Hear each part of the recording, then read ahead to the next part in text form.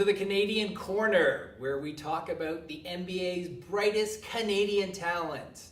I'm here with the Jazz Man from Canada Basketball. You're working there right now, so you have all the insight in the Canadian NBAers. The fourth year in a row that they have led in international players. So among all the countries in the world, not including the United States of America, Canada leads the way. So maybe give us your insight on your top Canadians in the NBA right now, and maybe some surprise players that have stood out for you so far in the 2017-2018 season. Yeah, Canada basketball has really made some progress in the last 10 years. You mentioned other countries, so you got Australia, you got France, who are really making a jump in terms of their basketball development. But Canada, you mentioned the 12 players and guys who have really made an impact so far. Andrew Wiggins entering his 4th year, inking that $148, I believe, $1 million deal as well. So that speaks to the kind of player he is and the kind of player that the Minnesota Timberwolves think he will be. Still has some of the same issues in terms of just being lackadaisical on the court and sometimes disinterested, but that's not who he is. That's sort of just his temperament and disposition. Another guy, Dillon Brooks, I thought really stood out, especially with that opening 19-point game, the most by a Canadian as a rookie in their debut. Dillon Brooks is somebody who's passed by the eyes of many scouts in the NBA. Went 45th overall, selected by Houston, and then Memphis took a flyer on him, and it's turning out to be a really good decision by them. Another guy, Jamal Murray, he's been struggling a little bit to start with Denver just because of that gaping hole at the point guard position, and they're still trying to figure out that. But the past 2 games, really good. I think he had, I believe, 26 points against the Toronto Raptors, hit like 5 threes, or took 5 threes and hit 3. So Jamal's been really good for Denver recently. And if he gets that shot going consistently, then Denver's really, they're going to be in good hands. Another guy who surprised is Kelly Olynyk.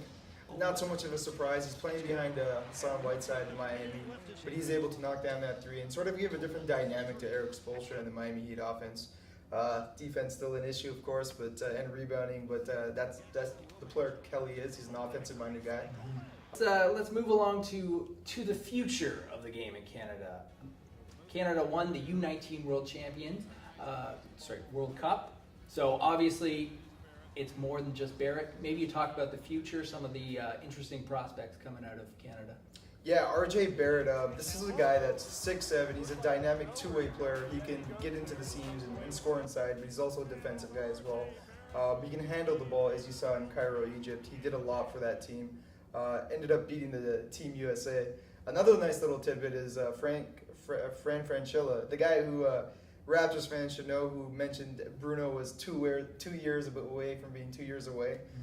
This is the same guy that said Canada's like on another level in terms of high school basketball and young players and developing players. Really seeing the fruits of the labor now with guys like Jamal Murray. I know he's not Canadian, but Thon Maker, he went to Orangeville Prep in Mono, Ontario as well, Orangeville, Ontario. So the fact that the sort of grassroots is being instilled at an early level, you're really starting to show it now. Guys like Tristan Thompson, Corey Joseph, those are, I wouldn't say they're the pioneers, but they're one of the guys who really started this,